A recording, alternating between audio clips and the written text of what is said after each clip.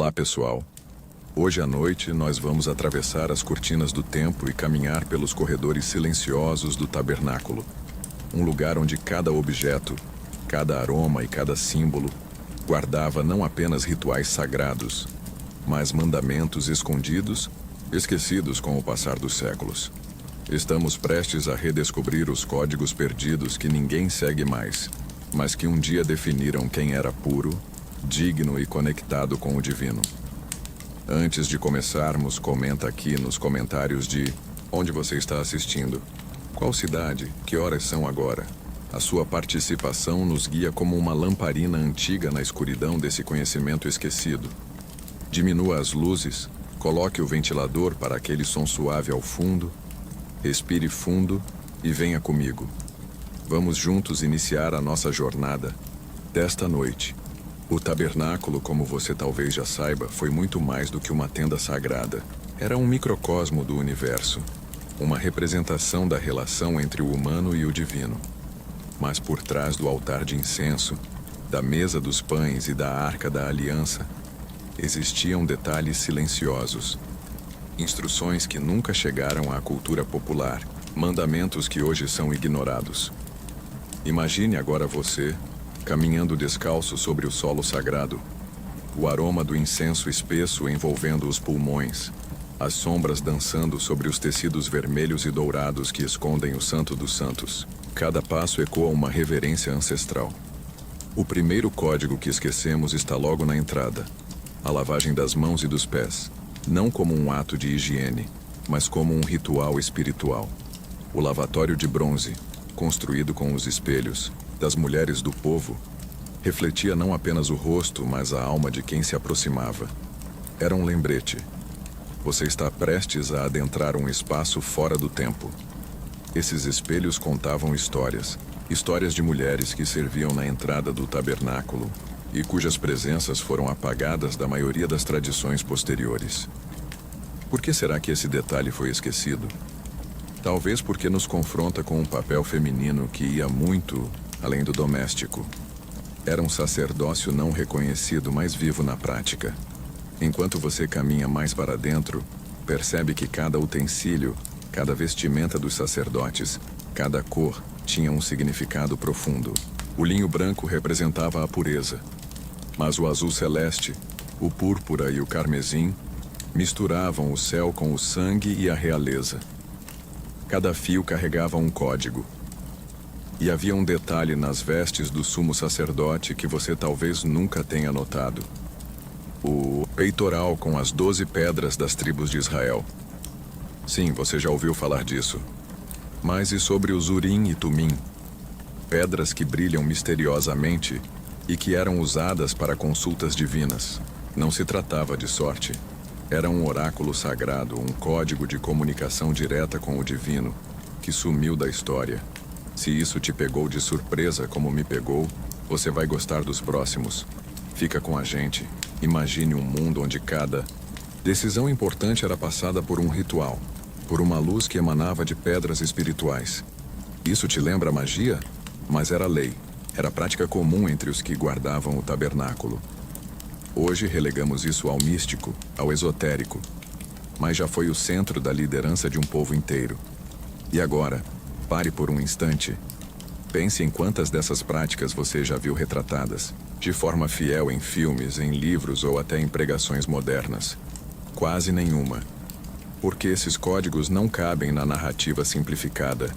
Eles exigem reverência, silêncio e contestação. Há também os sons. Sons proibidos para os ouvidos comuns, como o som das trombetas de prata usadas em ocasiões muito específicas. Elas não serviam para chamar o povo, mas para marcar alianças espirituais. Seus ecos atravessavam o deserto e o tempo, como se estivessem gravados na areia. E os aromas? O incenso sagrado era uma combinação de especiarias que ninguém podia reproduzir fora do tabernáculo. Quem o fizesse seria cortado do povo. Por quê? Porque aquele cheiro era um código, um sinal olfativo de que você estava na presença do Eterno. E há estudos que sugerem que esses aromas tinham efeitos psicológicos profundos. Não era apenas um cheiro.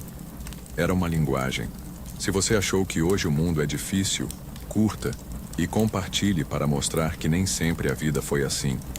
E siga o canal para descobrir mais verdades que a história esconde. Vamos seguir, porque ainda há muito mais escondido nas dobras das cortinas e nos silêncios do tabernáculo.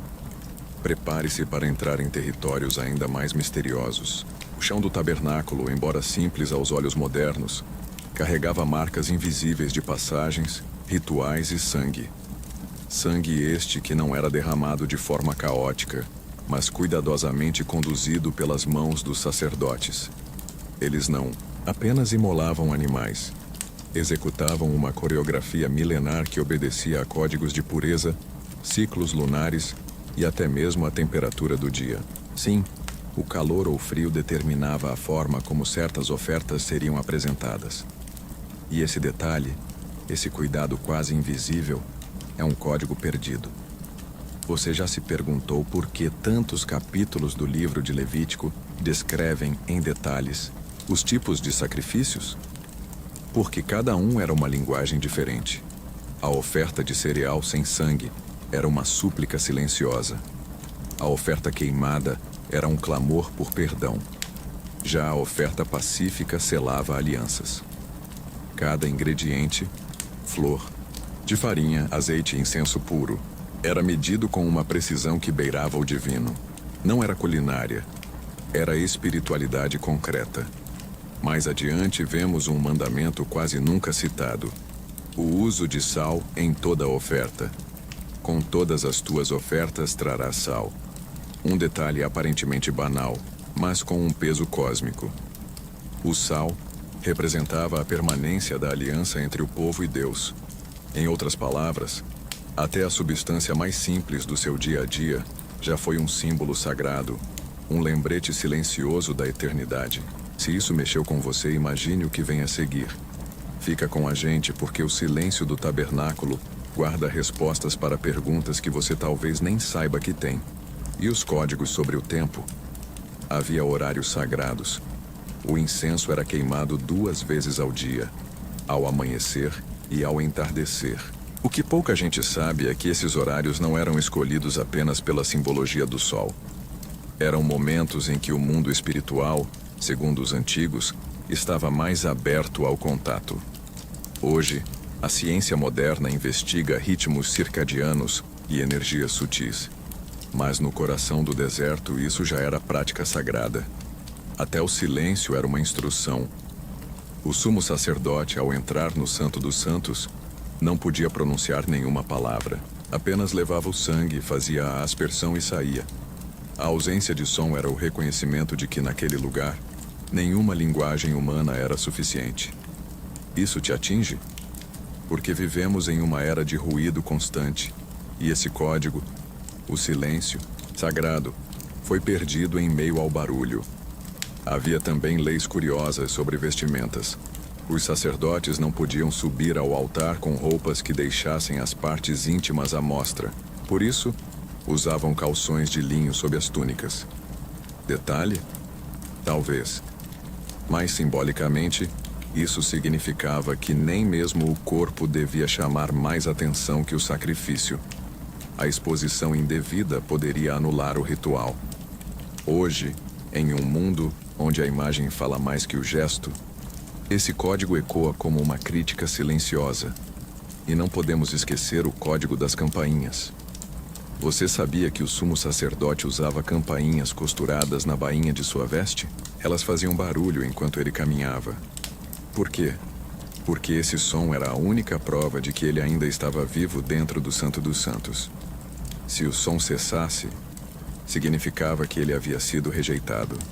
Um código de vida ou morte. Imagine, a tensão espiritual em cada passo. Se isso te causou arrepios como me causou, curta o vídeo e envia para alguém que precisa entender que a Bíblia guarda muito mais do que histórias. Ela esconde estruturas inteiras de um universo que esquecemos como acessar. Agora pense comigo. E se esses códigos estivessem aí por uma razão maior? E se cada regra esquecida fosse uma senha espiritual para abrir portais de equilíbrio, conexão e sabedoria? Talvez a pressa em simplificar tudo tenha nos feito perder o mapa. Um dos códigos mais misteriosos do tabernáculo era a fórmula exata do óleo da unção. Era proibido replicá-lo. Continha mirra, canela, cálamo aromático, cássia e azeite de oliva, numa proporção exata, e cada gota era usada para consagrar objetos e pessoas. Esse óleo representava separação, propósito, missão. O que acontece com uma sociedade que esquece como ungir suas causas? Ela perde direção. Você sente isso também? Que há uma ausência de direção, como se estivéssemos vagando no deserto sem bússola. Talvez seja porque os olhos já não são mais derramados, nem literal nem simbolicamente. O tabernáculo nos ensinava que cada ação deve ser consagrada. Hoje vivemos no automático. O tabernáculo ensinava, com seus códigos, que até o invisível precisa de um lugar. Por isso, o véu. O grosso tecido separava o santo do santíssimo. Não porque Deus precisava de privacidade, mas porque o ser humano precisava aprender que nem tudo é acessível de imediato. Hoje, tudo é instantâneo. Mas as coisas mais sagradas ainda exigem véus, camadas, preparação, silêncio. Se você sentiu que algo desperta aí dentro enquanto falamos disso, deixa seu comentário dizendo o que mais te surpreendeu até agora, porque a gente lê tudo. E juntos, estamos recuperando algo que não se ensina mais. Vamos avançar, porque, às sombras do altar, ainda há vestígios de códigos que a poeira do tempo tentou apagar, mas que hoje talvez estejam esperando por você. Ao passar pela cortina central, você se depara com um silêncio diferente. Não é o silêncio vazio, mas aquele que pulsa. O tipo de silêncio que só existe em lugares onde a respiração da eternidade se mistura com a poeira da terra. Ali, entre o altar de incenso e o véu do Santo dos Santos, os códigos começam a se revelar como sussurros antigos. Você nota que cada objeto ali dentro não foi colocado apenas por estética ou utilidade, mas porque fazia parte de uma linguagem oculta. A mesa dos pães da proposição, por exemplo, não era só um móvel com 12 pães. Era o reflexo da ordem divina. Os pães eram trocados semanalmente, sempre no mesmo dia, sempre no mesmo horário. E ninguém podia comer deles, senão os sacerdotes, e mesmo assim, apenas depois de certos ritos. Era como se o pão absorvesse a presença divina com o tempo. Como se os dias impregnassem o alimento com uma luz que não se via, mas se sentia. E havia uma fragrância constante no ar, o incenso sagrado. Mas não qualquer incenso. Era feito com 4 ingredientes e a receita exata foi dada por Deus, e proibida para qualquer outro uso. Se alguém ousasse replicar aquele perfume fora do tabernáculo, seria cortado do povo, excluído. Isso porque aquele cheiro não era só aroma, era presença.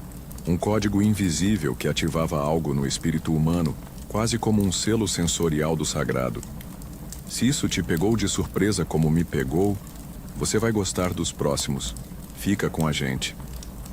À medida que caminha, você nota também um som, muito sutil vindo da veste do sumo sacerdote. Pequenos sinos costurados na bainha inferior da túnica. Cada movimento seu produzia um tilintar suave. Mas não era adorno, era proteção. Os sinos avisavam que ele ainda estava vivo dentro do Santo dos Santos. Caso parassem de tocar, era porque algo havia dado errado. E ninguém podia entrar para socorrê-lo.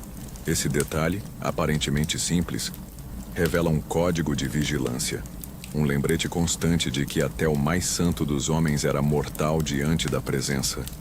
Quantos de nós andam hoje por espaços sagrados sem perceber o próprio som, sem lembrar da própria vulnerabilidade? Mais à frente você se aproxima do altar do incenso. É menor do que o altar de bronze do átrio, mas carrega um peso invisível. Era ali que se fazia a oferta mais íntima, o aroma, o fogo que acendia. Esse incenso não podia ser qualquer fogo. Tinha que vir diretamente do altar exterior. Um fogo transferido com genealogia. Fogo estranho, trazido de outra fonte, era rejeitado. E há um motivo profundo nisso. O fogo representa intenção. E intenção contaminada contamina tudo. Talvez hoje ainda sejamos julgados pelo fogo que carregamos. De onde vem o seu? Do seu desejo de parecer sagrado? Ou de uma busca legítima por presença real? No tabernáculo, a aparência não bastava. A origem do fogo dizia tudo. E você percebe agora um detalhe nos tecidos das cortinas internas. Não são lisos. Estão bordados com querubins.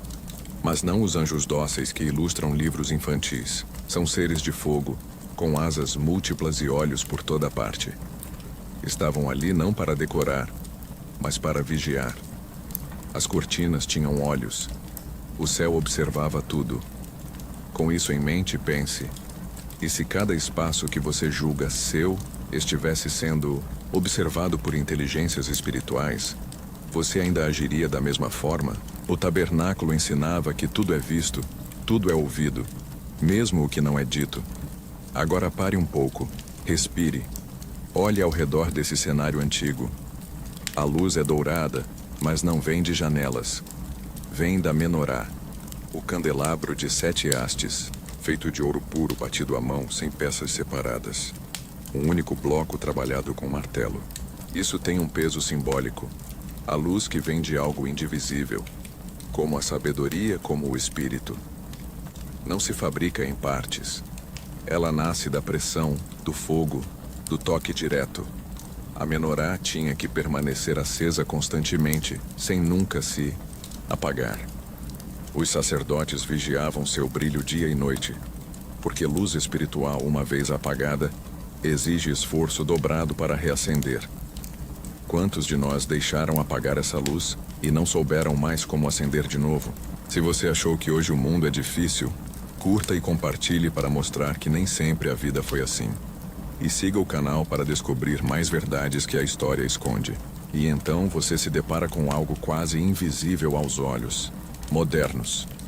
O altar dourado possui 4 chifres, um em cada canto. Esses chifres eram ungidos com sangue em ocasiões específicas. Eles representavam refúgio e poder espiritual. Quem tocasse neles, buscando proteção, poderia escapar até mesmo da morte em certas situações. Era como um botão de emergência sagrado, mas esse código só funcionava com verdade. Se alguém mentisse ou corrompesse a santidade do altar, o sangue não o cobriria. Era um refúgio condicional. Um lembrete de que a misericórdia divina não é automática. Ela responde à integridade. A última coisa que você percebe antes do véu final é a espessura das camadas de tecido. Não era uma cortina qualquer. Era tão grossa que um homem não poderia rasgá-la com as mãos. E mesmo assim, um dia, ela foi rasgada. Mas isso é outra história. Por agora, o que importa é que tudo ali, cada dobra, cada cheiro, cada brilho, falava. Falava com quem quisesse ouvir. E continua falando ainda hoje para quem estiver disposto a reaprender a linguagem. Escreva nos comentários: eu quero reaprender o sagrado. Vamos construir essa memória juntos, palavra por palavra. E agora, respire fundo.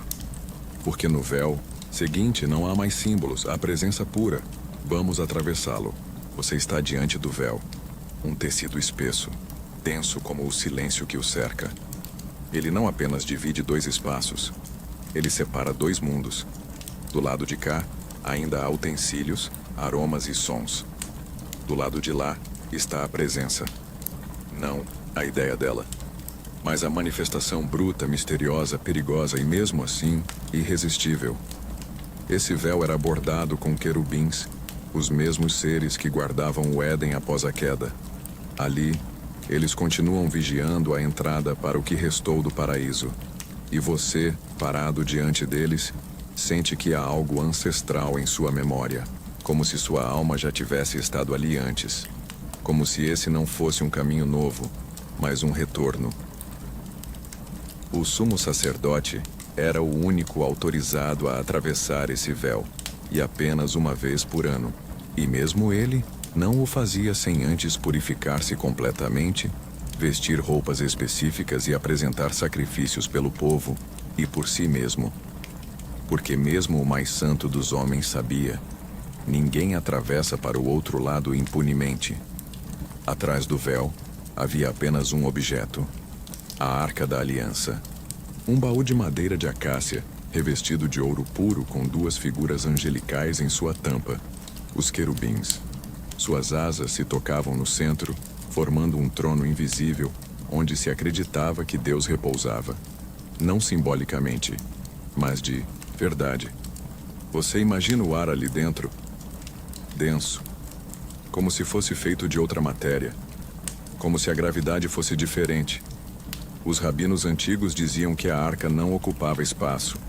Ela estava lá e, ao mesmo tempo, não estava. Era o ponto de interseção entre o céu e a terra, entre o tempo e a eternidade. E você está prestes a entrar nesse território. Se isso te pegou de surpresa como me pegou, você vai gostar dos próximos. Fica com a gente. Ao atravessar o véu com os olhos da mente, você vê algo que poucos viram. Os códigos escondidos dentro da própria arca. Sim, havia objetos dentro dela, mas não eram simples lembranças. Eram contratos, pactos vivos. O primeiro, as tábuas da lei. Não, apenas as tábuas novas feitas após o bezerro de ouro, mas fragmentos das primeiras quebradas por Moisés. As tábuas da fúria divina e do arrependimento humano, lado a lado. E por que guardar o que foi quebrado? Porque até o erro tem lugar no sagrado. Porque Deus não apaga a memória da queda. Ele a transforma em lembrete, em código. Um que diz: mesmo aquilo que foi partido diante dos meus olhos ainda pode habitar na minha presença. Ao lado das tábuas, uma porção de maná. Sim, o pão que caía do céu, recolhido em um vaso dourado. Mas há algo estranho aqui. O maná apodrecia em um dia, exceto no sábado. E ainda assim, aquele ali permaneceu intacto por séculos. Como? Porque estava na arca? Ou porque dentro do código divino, o tempo age de forma diferente? Há algo nesse alimento que desafia lógica, tempo e matéria. Um alimento que não envelhece. Um sustento que se preserva apenas quando armazenado com reverência. Quantos dos seus dons têm apodrecido porque foram guardados fora da presença? E ainda, o terceiro item da arca, o cajado de Arão. Um pedaço de madeira seca que floresceu. E não só isso, deu flores e frutos da amendoeira. Um milagre silencioso, mas imensamente poderoso. Porque não foi feito para impressionar. Foi feito para autenticar. O cajado floresceu como sinal de escolha divina. Não era o mais bonito, nem o mais forte, mas foi o que Deus tocou. E isso muda tudo. Porque no tabernáculo, os códigos não seguem a lógica humana. Eles seguem a lógica da unção. Aquilo que é tocado floresce, mesmo que esteja seco há muito tempo. Se você achou que hoje o mundo é difícil, curta e compartilhe para mostrar que nem sempre a vida foi assim. E siga o canal para descobrir mais verdades que a história esconde. O sumo sacerdote, ao entrar ali, não falava.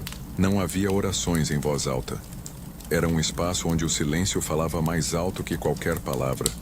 O que se dizia ali era com o coração, porque a linguagem do Santo dos Santos não é articulada com a boca. É sentida na alma. Um código. Importante está aqui. Há espaços onde a única resposta é calar. Onde a reverência não é demonstrada por rituais, mas pela quietude interior. Hoje, num mundo de ruído constante, esse código parece ainda mais perdido. Mas ele ainda pode ser recuperado, se aprendermos a ouvir o som do silêncio. E por fim havia o sangue do sacrifício, aspergido sobre a tampa da arca, entre os dois querubins. Era ali que se fazia a expiação. Não no altar externo, não no incenso, mas aqui, nesse ponto preciso. Como se Deus dissesse: a misericórdia se encontra exatamente entre o julgamento e a glória. E agora, olhando esse cenário com seus olhos internos, talvez você perceba que o tabernáculo não era um lugar para se visitar. Era um lugar para se habitar, com a alma. Um modelo interior Um mapa simbólico que ainda hoje pode ser seguido. Se você quiser. Se você estiver disposto.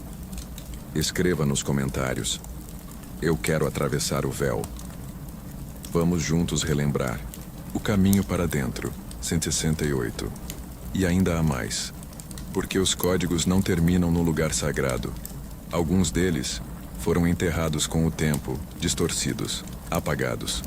Mas vamos encontrá-los juntos. Na próxima sessão. Você talvez ache que tudo termina na arca, mas não. O tabernáculo era um corpo vivo, cheio de códigos respirando por trás de cada dobra, cada som abafado, cada olhar não dito. E um dos mais esquecidos está logo fora do Santo dos Santos, onde as vestes do sumo sacerdote eram deixadas para trás. Essas vestes não eram apenas roupas, eram camadas de autoridade espiritual. Quando o sacerdote saía do Santo dos Santos, ele deixava ali parte de si. Como se a experiência exigisse que algo fosse abandonado para que algo novo nascesse. Um código de renovação que pouquíssimos conhecem. Entre as camadas havia uma túnica azul com uma bainha adornada com sinos e romãs. E você já parou para pensar por quê? Os sinos eram para que se ouvisse que o sacerdote ainda estava vivo, se movendo. Já as romãs, símbolo da aliança e fertilidade, era uma linguagem visual, um aviso aos céus. O homem está em missão. Cada sino era um pulsar, cada romã uma semente de promessa. Hoje, talvez a gente tenha perdido essa sensibilidade. Entramos e saímos de lugares espirituais como se fossem salas comuns. Mas o tabernáculo ensinava. Até o som da sua roupa precisa carregar reverência. Se isso mexeu com algo em você, imagina o que vem a seguir. Continua com a gente. E então, nos voltamos para o altar do incenso. Ali, diante da cortina dos santos, o cheiro sagrado subia como um código aromático direto ao céu. Mas você sabia que havia uma fórmula proibida? Especiarias que, misturadas na proporção exata, produziam uma fumaça que subia reta, sem se dispersar. Era um sinal, uma assinatura espiritual visível. Só os sacerdotes conheciam essa mistura. E quem tentasse replicá-la fora dali era amaldiçoado. Não por superstição, mas porque aquele aroma era a identidade sensorial do divino. Era como falsificar o próprio perfume de Deus. O que nos faz pensar? Hoje, quantas vezes tentamos simular presença sem carregar essência? Quantas vezes usamos linguagem, música ou imagem sagrada sem a substância verdadeira por trás? O tabernáculo ensina. O cheiro certo só surge com a mistura correta e com temor. Compartilha esse vídeo se isso acendeu alguma memória profunda em você. Tem mais gente precisando lembrar que essência vale mais que aparência. Vamos agora para um código quase nunca mencionado. O transporte do tabernáculo. Ele era desmontável, sim, mas não era qualquer um que podia tocar. Os levitas tinham funções específicas, divididas por famílias. Alguns carregavam os tecidos, outros, os utensílios. Mas havia um grupo, os coatitas, que transportavam os objetos mais sagrados, sem vê-los. Antes do transporte, os sacerdotes cobriam os itens com panos azuis e peles de animais. Os coatitas vinham depois, sem olhar, apenas sentindo o peso, apenas confiando na instrução. Eles carregavam aquilo que não podiam ver, mas sabiam ser sagrado. Isso é fé em forma de função. Um código vivo sobre confiar nas ordens mesmo sem explicação. Você já sentiu que está carregando algo pesado que não entende, mas sabe que é importante? Talvez seja isso. Talvez você esteja vivendo exatamente esse código agora, sem saber. Se esse insight te tocou, deixa um comentário com a palavra carregando. Vamos ver quantos de nós ainda reconhecem esse peso invisível. E por fim, nessa sessão, voltamos ao altar de sacrifícios. Não o interno, mas o de fora, logo na entrada. Era ali que o sangue era derramado e a carne queimada. Mas o que poucos sabem é que o altar tinha uma grade de bronze no meio. E essa grade formava uma cruz. Sim, uma cruz. muito antes da cruz. Um sinal oculto que, para quem olha com olhos espirituais, revela mais do que parece.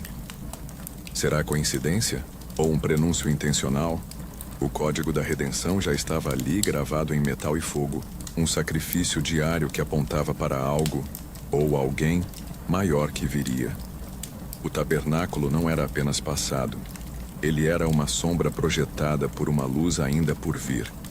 Se você já sentiu que há mais nas entrelinhas do que nos próprios textos, você está no caminho certo. Esse vídeo é para você. Curta, compartilhe e continue com a gente, porque os próximos códigos são ainda mais profundos e mais escondidos. E agora, depois de ver o sangue tocando o altar e a fumaça subindo ao céu, imagine-se em silêncio absoluto, diante de uma cortina espessa, vermelha como o vinho antigo. Do outro lado, o Santo dos Santos. Ninguém entrava ali, exceto uma única vez ao ano, e apenas o sumo sacerdote. Mas antes de entrar, ele precisava fazer algo que hoje seria considerado impensável. Ele confessava os pecados do povo inteiro, e o fazia sobre a cabeça de um animal vivo, o chamado bode emissário. Esse animal, após receber o peso espiritual das falhas do povo, era solto no deserto, carregando embora aquilo que ninguém mais queria carregar. Isso não era apenas simbólico, era um código profundo. O pecado não era eliminado, era deslocado, redirecionado para longe da comunidade. E o deserto? Não era um lugar qualquer. Era o lugar onde os espíritos errantes vagavam. Soltar o bode ali significava entregar o mal de volta ao caos. Era como devolver a escuridão ao seu lugar de origem. Esse ritual parece pesado, é porque ele era. E talvez ainda seja. A gente só mudou os nomes, mas o desejo de transferir a culpa ainda vive em nós, mesmo que sem bode, mesmo que sem deserto. Se isso te fez pensar em quantas culpas você já tentou esconder, comenta eu também aqui embaixo. Você não está só. Esse canal é pra gente que sente. E esse mesmo bode, às vezes era empurrado. Sim, havia momentos em que o sacerdote o guiava até um penhasco. E lá, o animal era lançado, para garantir que ele jamais voltasse. Forte, né? Mas por trás disso o código. Não basta afastar o erro. É preciso garantir que ele não volte. A libertação exige ação definitiva. Esse mesmo princípio ecoa na vida até hoje. Quantas vezes você tentou mudar, mas deixou portas abertas? O tabernáculo dizia, ou fecha tudo, ou aquilo volta. Um ensinamento sutil, escondido atrás de uma história que quase ninguém mais conta. Se isso te pegou desprevenido, segura firme, porque o que vem a seguir mergulha ainda mais fundo. Voltando ao interior do tabernáculo, a luz. Havia apenas uma fonte de iluminação lá dentro, o candelabro de 7 braços, a menorá. E ele não funcionava com qualquer óleo. Era necessário o mais puro, extraído da primeira prensagem das azeitonas. Um óleo raro, claro, perfumado e preparado, com extremo cuidado. Esse detalhe revela outro código. Só o que é puro desde a origem pode iluminar o sagrado. Não bastava ser bom. Tinha que ser o primeiro, o mais íntegro, o que não passou por contaminação alguma. Esse nível de exigência espiritual talvez nos pareça impossível hoje, mas ele nos lembra que luz verdadeira só vem da pureza real. Havia um detalhe ainda mais escondido. O candelabro nunca apagava. Os sacerdotes tinham turnos noturnos só para manter a chama acesa. A vigilância constante era um mandamento, porque a luz de Deus não podia falhar, nem por um segundo. E aqui, a pergunta inevitável. Quantas vezes você deixou sua luz se apagar por falta de vigilância? Quantas vezes o descuido levou à escuridão interior? Esse código não é só sobre um objeto antigo. É sobre você hoje. Se isso te falou algo, envie esse vídeo para alguém que está precisando reacender a luz. Você nunca sabe o quanto uma lembrança pode salvar uma alma cansada. E voltamos ao cheiro. Sim, de novo ele. Porque tudo no tabernáculo era sensorial. Mas o cheiro da unção era diferente. Um óleo também sagrado, reservado apenas para sacerdotes, reis e utensílios. Esse óleo nunca podia ser usado fora do seu propósito. Se fosse, profanava. A unção tinha um território, um uso, um destino. Sabe o que isso ensina? Que nem toda habilidade que você tem serve para qualquer coisa. Existem dons que são sagrados, que têm função específica, e usar esses dons para impressionar, vender, manipular é profanar o que era para curar. É desperdiçar o óleo. Se você já sentiu que tem algo especial, mas ainda não descobriu para quê, talvez essa seja a resposta. O propósito define a pureza. Curta e comenta aqui embaixo: meu óleo é sagrado. Se você também carrega algo especial e quer descobrir para que nasceu, a comunidade aqui entende você. E por fim, voltamos aos silêncios do tabernáculo. Havia áreas onde o som desaparecia, onde até o andar dos sacerdotes era abafado pelo linho e pelo tapete. Um espaço onde o tempo parecia parar. E ali, tudo era escuta, a lição. Há códigos que só se revelam no silêncio. Talvez seja por isso que nos dias de hoje, com tanto barulho e correria, a gente perdeu o acesso a certos mistérios. Porque eles só falam com quem aprende a calar. Se essa ideia tocou fundo, fique com a gente, porque na próxima sessão vamos abrir as cortinas finais, e o que está por trás delas talvez mude o que você entende por sagrado.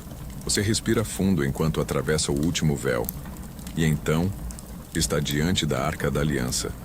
Não em sonho, não em teoria, mas como quem toca uma memória antiga. A madeira de acácia, coberta de ouro por dentro e por fora, repousa silenciosa, cercada por um espaço onde ninguém ousava pisar. Porque ali, naquele espaço vazio entre os querubins de asas estendidas, habitava algo que palavras não descrevem: a presença. Mas o que muitos esquecem, ou nunca souberam, é que dentro da arca havia mais do que tábuas da lei. Havia também um vaso de maná e a vara de Arão que floresceu. E cada um desses objetos carregava um código esquecido. O maná, por exemplo, não era apenas pão do céu. Ele era colhido todo dia, menos no sábado. E se você tentasse guardar para o dia seguinte, ele apodrecia. Mas aquele que foi guardado dentro da arca nunca se estragou. Um código claro: o que é separado para o eterno não se deteriora. Aquilo que é consagrado ao propósito certo permanece. Quantas coisas na sua vida você tentou conservar, mas apodreceram porque estavam fora do tempo, fora do propósito? Talvez a diferença não fosse o que você fez, mas onde você colocou. Se isso ressoou com alguma lembrança sua, comenta: eu guardei no lugar errado aqui embaixo. Vamos juntos reorganizar o sagrado. E a vara de Arão, um simples pedaço de madeira que floresceu, produziu amêndoas, mesmo cortado da árvore. Esse era o sinal de autoridade divina. Um cajado seco, que venceu a morte. Um pedaço de árvore, que deu fruto sem raiz. E por que isso importa? Porque o código é claro. A autoridade verdadeira não depende do sistema. Não precisa de solo nem de título. Se for divina, floresce onde ninguém esperava, mesmo sem raízes, mesmo depois do corte. Se isso te lembra alguém que foi desacreditado ou se é sobre você mesmo, salva esse vídeo. Essa parte não é para esquecer.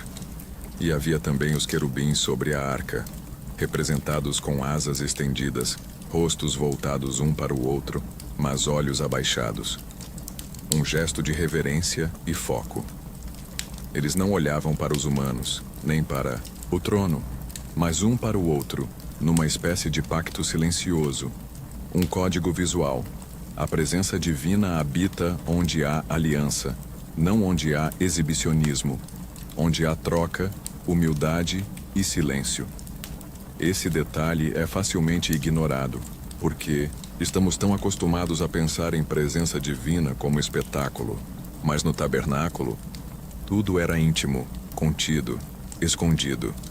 Se isso te tocou, Compartilha esse vídeo com alguém que vive buscando o espiritual nos ruídos e precisa descobrir o poder do silêncio.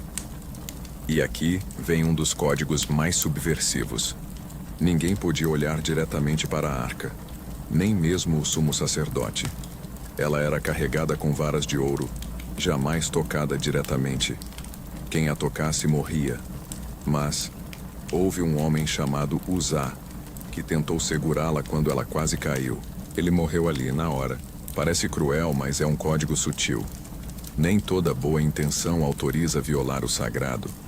Às vezes você quer ajudar Deus, corrigir o que parece errado, mas tocar o que é intocável pode te destruir.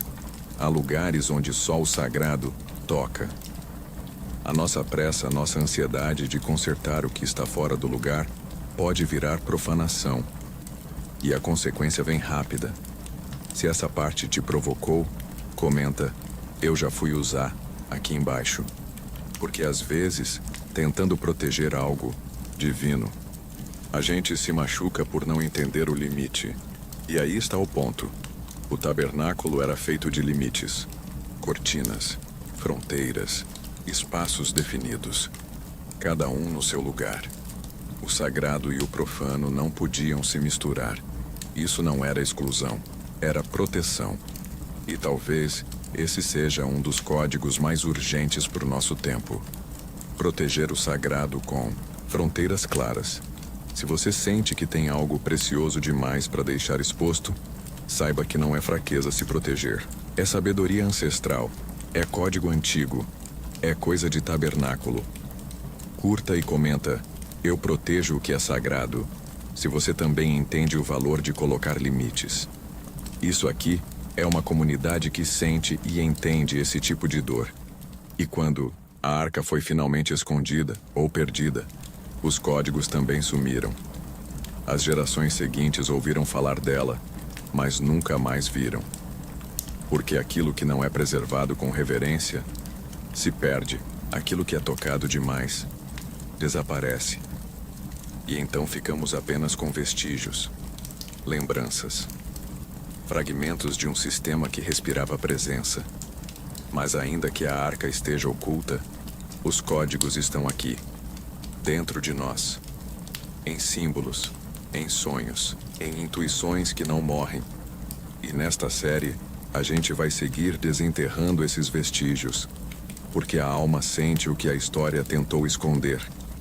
Se isso te emocionou, deixa o like agora, antes que a emoção passe, e compartilha com alguém que precisa se lembrar do que nunca aprendeu. Agora, feche os olhos um instante, respira, porque na próxima sessão, a jornada muda de tom.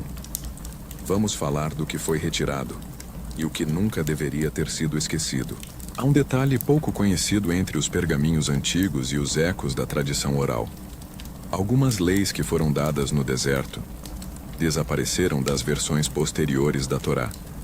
Mandamentos que por um tempo foram seguidos com temor, mas que depois foram silenciados, omitidos, dissolvidos nas dobras do tempo. E não foi por acidente. Você está pronto para ouvir sobre um deles? Então imagine isso. Uma tenda periférica, mais afastada do centro sagrado. Ali, reuniam-se os que carregavam doenças de pele, odores persistentes ou qualquer fluido corporal fora do tempo. Era o lugar do isolamento, mas também da escuta. Porque, segundo os códigos mais antigos, essas pessoas não estavam apenas impuras, elas estavam em transição espiritual. O afastamento não era castigo, era preparo. Esse código é duro de aceitar hoje. A gente aprendeu a ver isolamento como rejeição, mas no tabernáculo era purificação. Se essa ideia mexeu contigo, comenta aqui. O silêncio também cura. Às vezes, é no afastamento que o espírito se realinha. Mas há um mandamento ainda mais controverso. Um código perdido que envolvia o sangue. Em Levítico 17 há um trecho que proibiria qualquer pessoa de comer carne que ainda tivesse resquício de sangue. E não só isso. O sangue deveria ser derramado sobre o altar. Não no chão, não escondido, porque o sangue era a vida. E a vida pertencia a Deus. Agora pense, Quantas vezes ao longo da história isso foi violado sem que ninguém soubesse? Quantos sacrifícios foram feitos sem altar, sem sentido, sem código? Essa antiga lei não era apenas sobre alimentação. Era sobre responsabilidade espiritual. O sangue era contrato. Derramar sem consciência era rasgar um pacto. Se isso te pegou de surpresa como me pegou, você vai gostar dos próximos. Fica com a gente. Há também um antigo ritual sobre o bode expiatório. Mas o que poucos sabem é que, segundo registros rabínicos extrabíblicos, esse bode era conduzido por uma trilha específica até o deserto e empurrado de um penhasco. Sim, um sacrifício simbólico, mas que não aparece na Bíblia como conhecemos. Onde foi parar esse detalhe? Talvez tenha sido removido por parecer brutal, ou talvez por expor demais o lado sombrio dos rituais sagrados. Mas o código permanece. O pecado era transferido. E para que alguém se sentisse limpo, algo precisava ir embora. Algo precisava ser levado. Você já sentiu que só melhorou depois que alguém saiu da sua vida?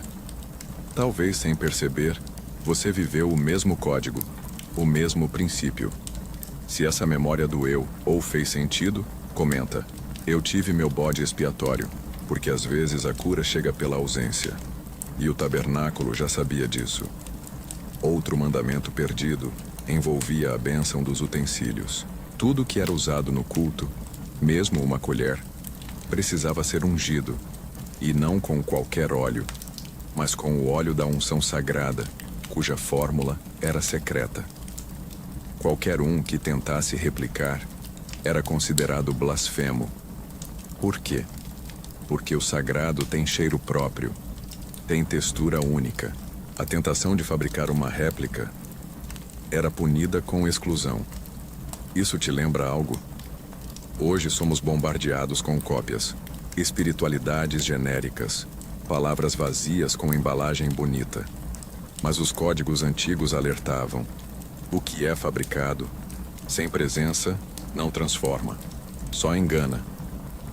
Se isso te fez pensar em quantas vezes você foi enganado por algo espiritual mais vazio, comenta: não aceito cópias. E curta esse vídeo para manter esse espaço autêntico e sagrado. E agora, talvez o mais oculto de todos os códigos. Havia uma instrução para o sacerdote examinar o crescimento de mofo nas paredes das casas. Sim, mofo, fungos, rachaduras e, sabe o que era feito? A casa era esvaziada.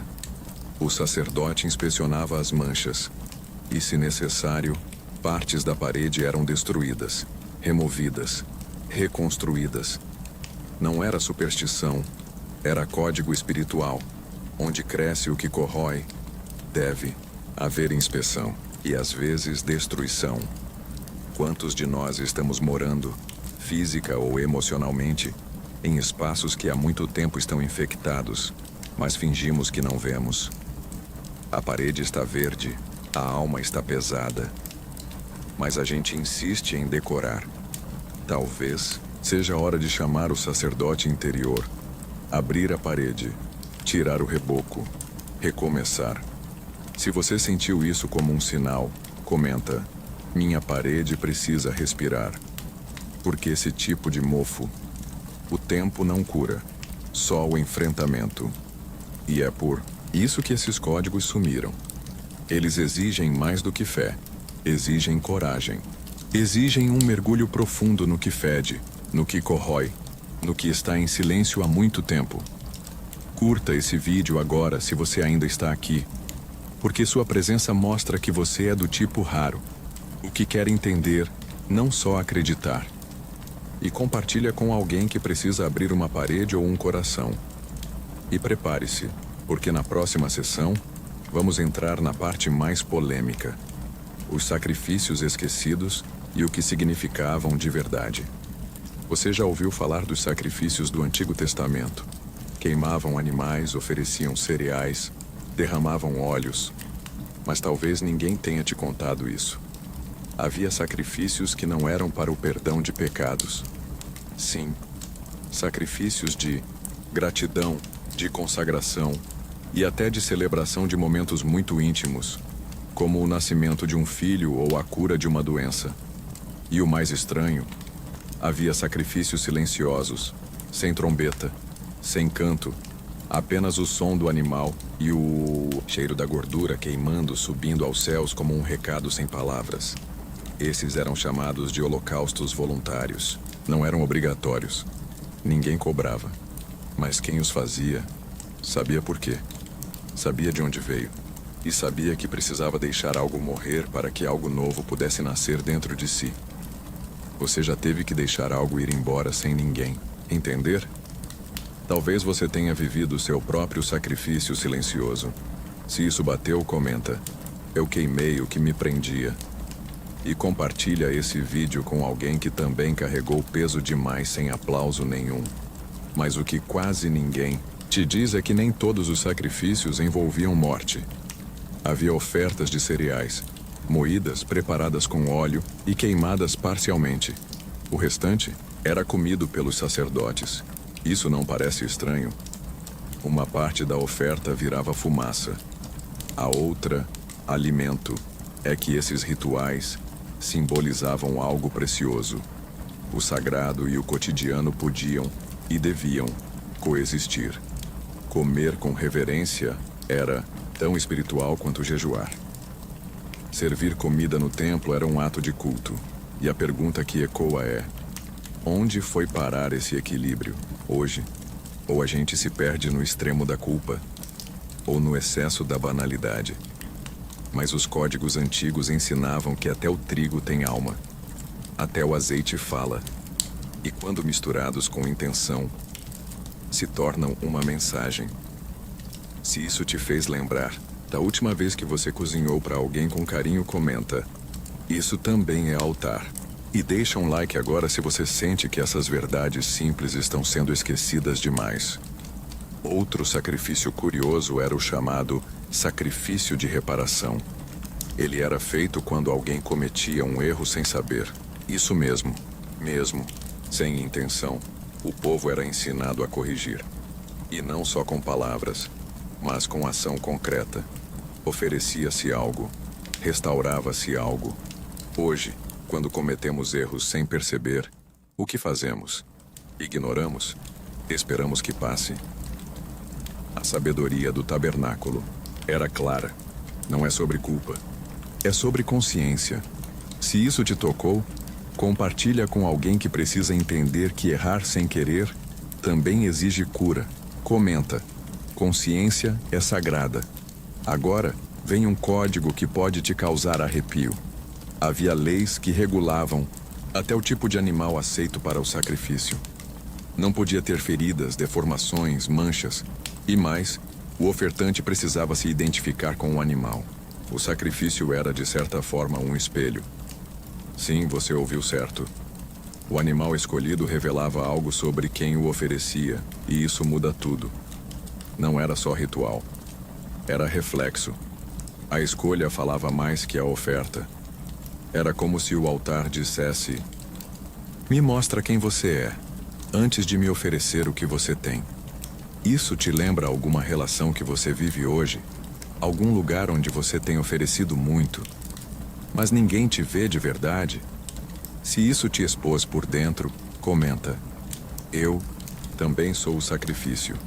Porque às vezes só quando a gente se entrega inteiro é que alguém escuta. E o mais provocador, segundo algumas tradições, o sumo sacerdote jejuava por dias antes de entrar no Santo dos Santos. E quando entrava, levava o sangue do sacrifício, mas também o peso da nação inteira nas costas. Se ele errasse, ele morria ali mesmo. Já imaginou carregar os erros de todos em silêncio e ainda assim entrar? Talvez você já tenha feito isso, carregado tudo, sozinho, em silêncio. Se você está nessa fase, essa parte é para você. Comenta. O silêncio também pesa. E deixa o vídeo rodar até o fim, porque os próximos códigos vão tocar no que nunca foi contado. Curta e siga. Agora, se você sente que esses detalhes mudam tudo, a próxima sessão vai revelar os objetos desaparecidos do tabernáculo e o que eles significavam além da forma física. você não vai querer perder. Houve um tempo em que objetos falavam, não com palavras, mas com presença. O tabernáculo era cheio desses elementos, e alguns simplesmente desapareceram. Sumiram da história, como se tivessem sido engolidos pelo deserto. Um dos mais intrigantes era o pote de maná. Sim, aquele mesmo maná que caiu do céu. Um alimento que não se estragava no sábado, mas apodrecia nos outros dias. Que tinha gosto de mel e, ao mesmo tempo, do que cada pessoa desejava no coração. O pote de maná era guardado dentro da Arca da Aliança. Um lembrete de que Deus sustentava até no silêncio, até na escassez. Mas e agora? Onde está esse pote? Por que nunca mais foi visto? Talvez porque ele não era só objeto. Era um código de dependência.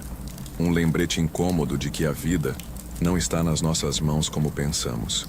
De que o sustento vem de um lugar invisível. E que confiar, às vezes, é mais sagrado do que conquistar. Se isso te lembrou dos dias em que você não sabia como ia dar certo, mas deu, comenta. Eu vivi do maná. E compartilha com alguém que hoje precisa lembrar disso. Outro item perdido era a vara de Arão, que floresceu. Um galho seco, cortado, sem raiz, que brotou amêndoas. Sim, você ouviu direito. Um cajado morto, que criou vida. Por que isso importa? Porque ela foi a prova de que a escolha divina não depende de aparência, nem de poder, nem de barulho. A vara de Arão floresceu em silêncio. Ninguém a regou, ninguém a manipulou. Apenas aconteceu. Quantas vezes você já se sentiu como esse galho seco, sem forças, sem apoio, sem futuro? E mesmo assim, brotou algo de você? Se isso falou direto com a sua alma, comenta. Eu floresci mesmo cortado, e fica até o fim, porque os códigos mais escondidos ainda estão por vir. Outro objeto com valor profundo era o altar de ouro para o incenso. Pequeno, delicado, mas colocado bem na frente do véu que separava o Santo dos Santos. Sabe o que isso significa? Que antes de entrar na presença mais íntima, era preciso passar pelo aroma, pelo invisível, pelo sensível. Era como se o cheiro sagrado dissesse: você está prestes a cruzar o invisível. Respira, sente, limpa a alma. Quantas vezes você ignorou os sinais sutis, o que não dá para tocar? E se isso for o verdadeiro acesso ao sagrado, se isso te tocou, comenta. Eu senti o aroma do silêncio, e agora vem um desaparecimento ainda mais profundo. A tampa da Arca da Aliança, chamada de propiciatório. Nela, 2 querubins dourados ficavam frente a frente, com asas tocando-se no centro. Esse espaço entre as asas era onde a voz de Deus surgia. Sim, era o espaço do silêncio, do meio, do invisível entre duas presenças. Talvez o código mais poderoso seja esse, que a presença divina não está no excesso nem na falta, mas no intervalo, no vão, no que está entre. Você já teve momentos assim, onde nada dizia algo, mas tudo fazia sentido se sim, comenta. Eu escutei no silêncio entre as asas, e compartilha com quem também precisa de um lugar de encontro interior. Esses objetos desapareceram, mas talvez não tenham sido perdidos. Talvez tenham se escondido no tempo. Talvez estejam enterrados na memória coletiva, esperando que alguém, com olhos para o invisível, os redescubra. Alguém como você. Curta o vídeo agora se você sentiu que algo sussurrou enquanto ouvia tudo isso. Siga o canal para continuar descobrindo o que foi retirado, mas ainda vive. Na próxima sessão, vamos caminhar pelo espaço mais proibido do tabernáculo, o Santo dos Santos, onde a respiração do sacerdote era o único som permitido.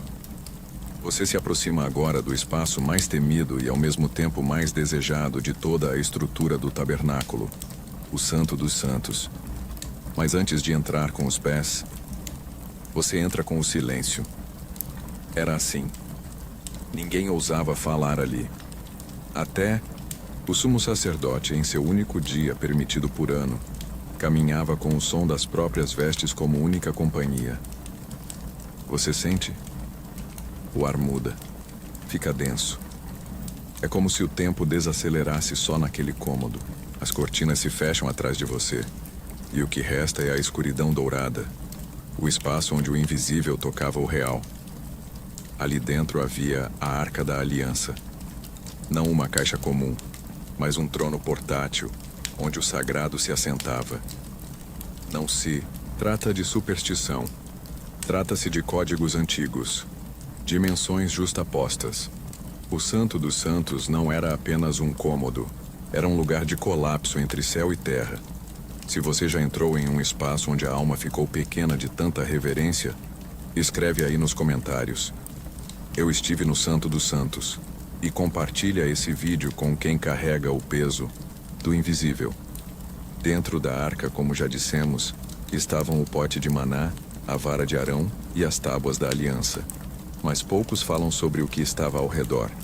As paredes do Santo dos Santos eram cobertas de ouro puro, ouro martelado, sem emendas, reflexos distorcidos da chama interior. Você olha para as paredes e elas olham de volta. O ouro te devolve a imagem da sua alma. É ali que tudo é desmascarado. Os querubins esculpidos não eram enfeites. Eles representavam vigilância, memória ancestral. Eles não apenas guardavam a arca, eles testemunhavam. Cada gesto, cada respiração, cada desvio de intenção. Você está preparado para ser observado por seres que não julgam, mas também não esquecem? Comenta. Eu fui visto no lugar secreto. E segue o canal, porque há mais camadas sendo reveladas. E havia um detalhe sobre o sumo sacerdote que poucos conhecem. Ele usava sinos presos à barra de sua túnica. Por quê? Porque se ele morresse ali dentro, se entrasse com pecado não confessado, os sinos silenciariam, e do lado de fora sabiam. Era hora de puxar o corpo com uma corda amarrada ao tornozelo. Sim, o Santo dos Santos era um lugar onde não se improvisava. E pensar que hoje a gente entra em lugares sagrados falando alto, postando stories, sem se dar conta de onde está pisando. Você consegue imaginar o medo, a expectativa, a entrega que era atravessar aquela cortina? Comenta. Eu não quero atravessar sem estar limpo. E se isso te tocou de forma inesperada, envia esse vídeo para alguém que perdeu o senso de reverência. Agora feche os olhos por um instante. Sinta o cheiro do incenso que ainda está suspenso no ar, mesmo depois de séculos. Sinta o silêncio carregado de presença. Ouça o som dos sinos do lado de fora, esperando o retorno do sacerdote. Respira fundo. Se hoje o mundo grita demais, talvez seja porque perdemos a arte do silêncio sagrado. Se isso faz sentido para você, compartilha. Mostre que ainda existe quem busca mais do que aparência. Porque na próxima sessão vamos sair do Santo dos Santos e caminhar entre os véus, onde códigos ainda mais escondidos aguardam ser desvendados. Você atravessa novamente os véus, dessa vez com algo diferente no peito. O peso do que viu, do que não foi dito, mas sentido. Os passos agora são mais lentos, como se cada movimento carregasse uma responsabilidade nova. O silêncio do Santo dos Santos ainda ecoa em você. Mas do lado de fora outro tipo de código te espera. Você passa pela mesa dos pães da proposição. 12 pães, renovados a cada semana. Um ritual que parece simples, mas carrega uma verdade escondida.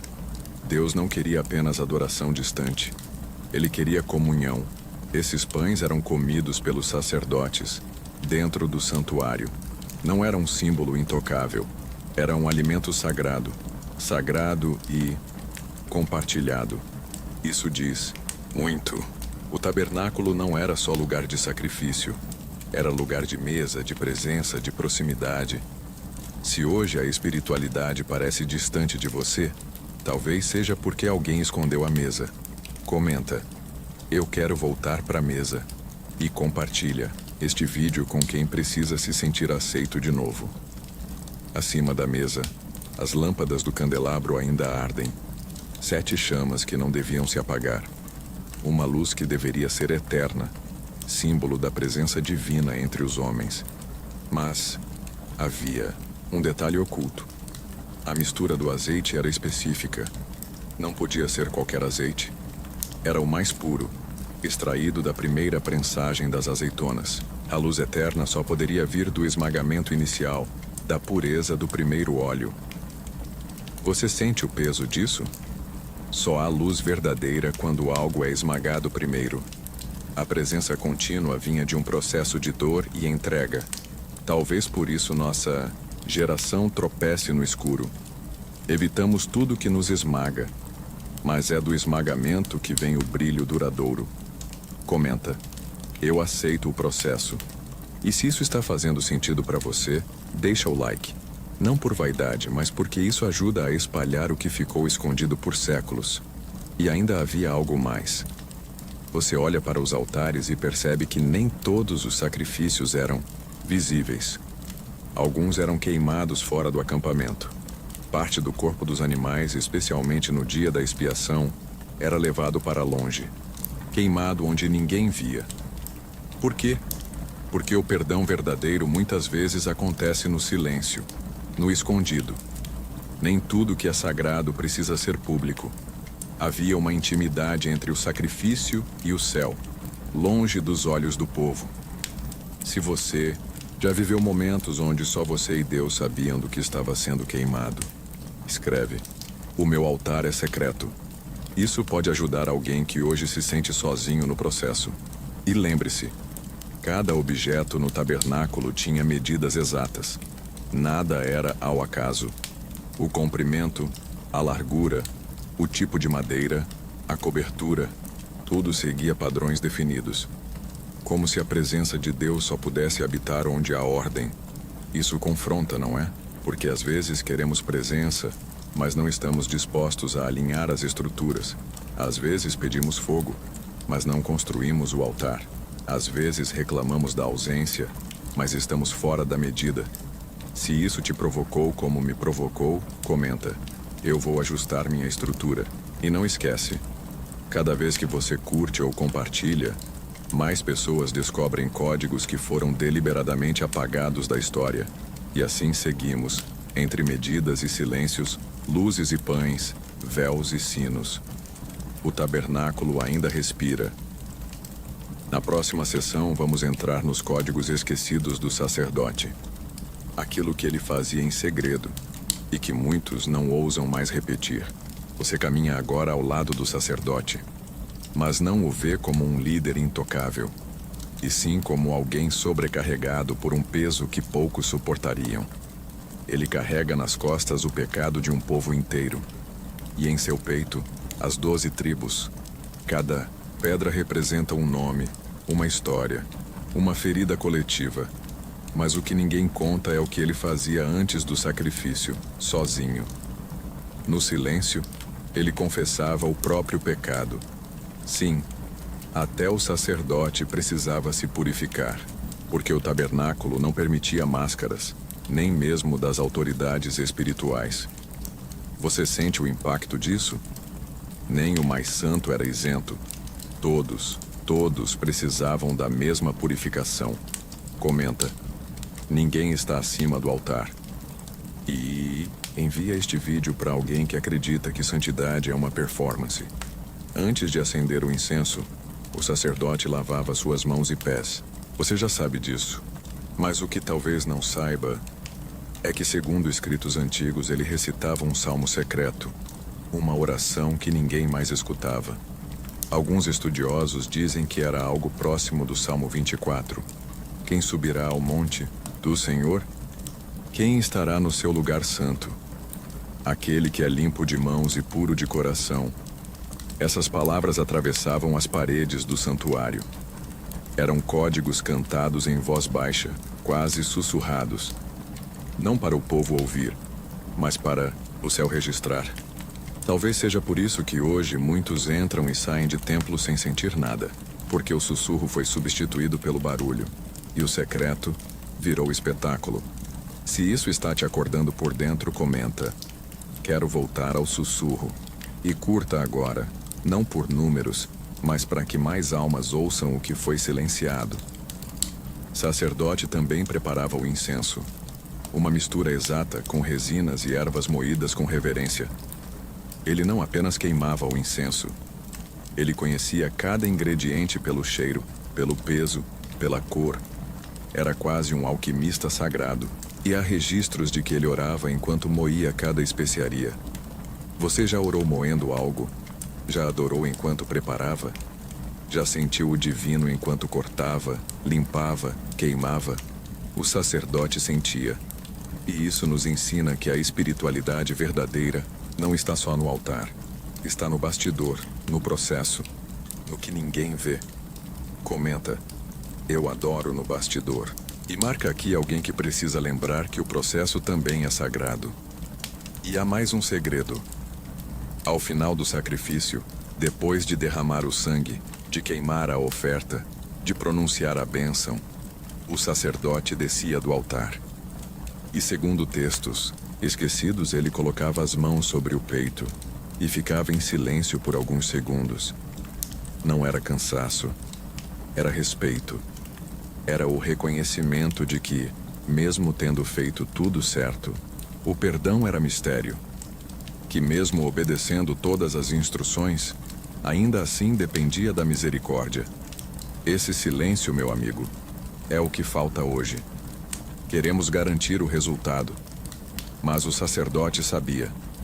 Até a obediência depende da graça. Isso te tocou no fundo. Escreve. Eu preciso desse silêncio. E compartilha com quem já se cansou de tentar controlar tudo. Na próxima sessão, vamos mergulhar nos códigos que envolvem o tempo, os ciclos escondidos, os calendários, sagrados que marcavam os momentos exatos em que o céu e a terra se encontravam.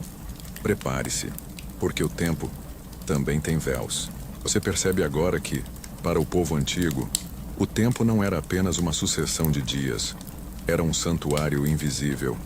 Cada ciclo, cada estação, cada fase da lua fazia parte de um código sagrado. O calendário hebraico, cheio de festas e celebrações, não era feito apenas para lembrar o passado, mas para alinhar o presente com o eterno. O tabernáculo obedecia a esse tempo sagrado. Havia momentos certos para o sacrifício, horas exatas para acender as lâmpadas, dias específicos em que o incenso deveria subir ao céu. Nada era aleatório. Tudo era marcado por ritmo, por simetria, por um compasso que vinha de cima. E hoje corremos tanto que esquecemos de ouvir o relógio de Deus. Mas ele ainda está ali, pulsando, chamando, sussurrando datas que já não guardamos. Comenta agora. O tempo ainda é santo. E compartilhe com alguém que perdeu o ritmo da alma. A festa das trombetas, por exemplo, um dia que marcava o início do arrependimento coletivo, um som que rasgava o céu como um alarme espiritual. Ninguém trabalhava, ninguém negociava. Era o tempo de parar e lembrar que o fim está mais perto do que se pensa. Ou o Yom Kippur, o dia da expiação. Um momento em que toda a nação se unia em jejum e silêncio. Você consegue imaginar um povo inteiro chorando junto? Se ajoelhando junto? Pedindo perdão com a mesma respiração? Hoje, chamariam isso de fanatismo. Mas talvez fosse só sensibilidade. Você sente falta desse tipo de entrega? Escreve aqui nos comentários. Eu jejuaria com eles. Porque há uma parte da tua alma que ainda anseia por reencontro. Outro código esquecido é o do ciclo sabático. Não apenas o sábado semanal, mas o ano sabático. A cada 7 anos a terra descansava. As dívidas eram perdoadas. Os escravos libertos. Você consegue imaginar o que seria o nosso mundo se isso ainda fosse seguido? Talvez a terra não estivesse tão ferida. Talvez nossas finanças fossem menos opressoras. Talvez nossos corpos tivessem tempo de respirar. A terra geme, dizem as escrituras. E talvez ela geme porque esquecemos esse ciclo. Curta agora se isso te fez pensar. E envia este vídeo para alguém que precisa parar antes de quebrar. E ainda havia o jubileu. A cada 50 anos, tudo voltava ao começo. Terras eram devolvidas, famílias se reuniam. Era como um botão divino de reinício. Um lembrete de que nada é permanente, exceto a promessa. Você já desejou recomeçar? Já quis um jubileu só para você? Comenta. Eu preciso de um jubileu. E segue este canal, porque há códigos de recomeço escondidos em cada sombra da história bíblica. Tempo não era um inimigo no tabernáculo. Era um aliado, um mensageiro. Cada batida do relógio sagrado dizia: ainda há chance, ainda há volta, ainda há graça. E talvez essa seja a mensagem mais esquecida de todas, que o tempo ainda pode ser redimido. Na próxima sessão, vamos atravessar os limites do natural. Vamos explorar os códigos do fogo. O fogo estranho. O fogo aceito e os segredos queimados que ninguém mais ousa tocar. Aquieta tua alma, porque o que vem agora é sagrado demais para distrações. Você sente o calor antes mesmo de vê-lo. Um calor que não queima a pele, mas atravessa os ossos da alma. É o calor do fogo sagrado, não o comum das fogueiras humanas, mas o fogo que descia do céu para consumir o sacrifício como resposta. Um código de aprovação. Uma linguagem que só os que viam com os olhos do Espírito podiam entender. Mas nem todo fogo era bem-vindo. Nadab e Abiú aprenderam isso da forma mais trágica. Filhos de Arão, homens consagrados. Eles ofereceram fogo estranho, um fogo fora da ordem, fora do código. E foram consumidos no mesmo instante. Não por ódio divino, mas por uma santidade que não aceita ser tratada como ordinária. Esse episódio não é contado nos cultos com frequência. Talvez por medo, talvez por vergonha. Mas ele carrega um lembrete profundo. O que é sagrado, não. Pode ser improvisado.